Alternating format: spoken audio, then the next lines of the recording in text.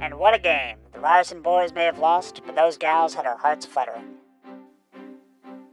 In the spring of 1967, the Ryerson girls hockey team, the Ramettes, were about to do the unexpected.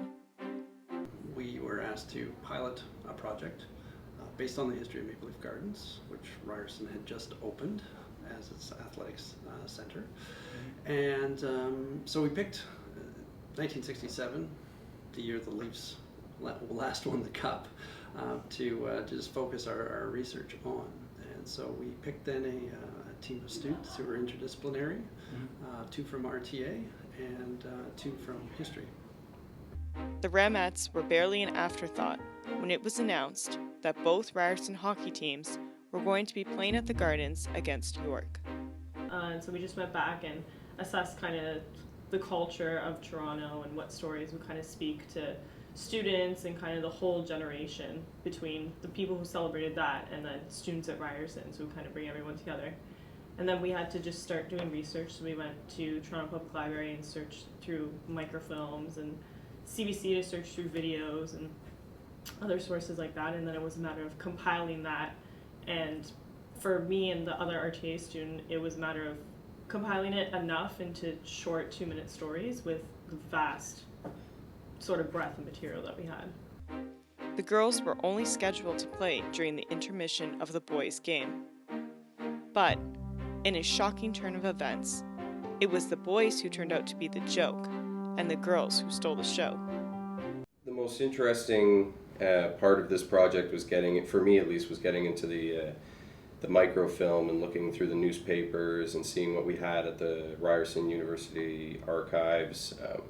So I think my background in history was obviously very helpful going through microfilm, deciding what stories might have more behind them if I looked elsewhere, what different parts of the story we could look into deeper. So definitely the historical aspect was very interesting for me. I think that was what really drove the early stages of the project.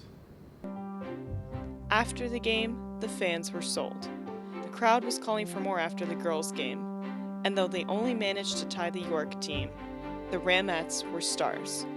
I think the challenge for me was taking the stories, the actual narrative that was there, and kind of creating a sensory appeal. So it's not just about what happened or what was reported, it was how can we represent this visually and sort of the music track as well. How do you bring everything together so that you encapsulate everything that happens but also give some sort of experience rather than just reading about a story. We wanted to give sort of another dimension to it.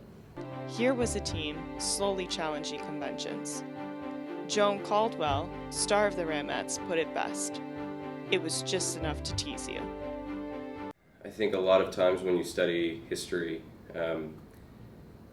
you don't always see a diverse end product. It's usually just write an essay or write an article.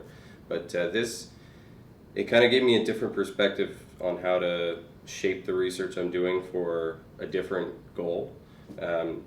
And working with Erica and Sean and Ross and everyone else who was involved was really helpful for me, because I was able to see, how we can take this stuff and turn it into something that I had no idea about, which is, video editing and the software, all of the work that goes into editing, putting things together. So.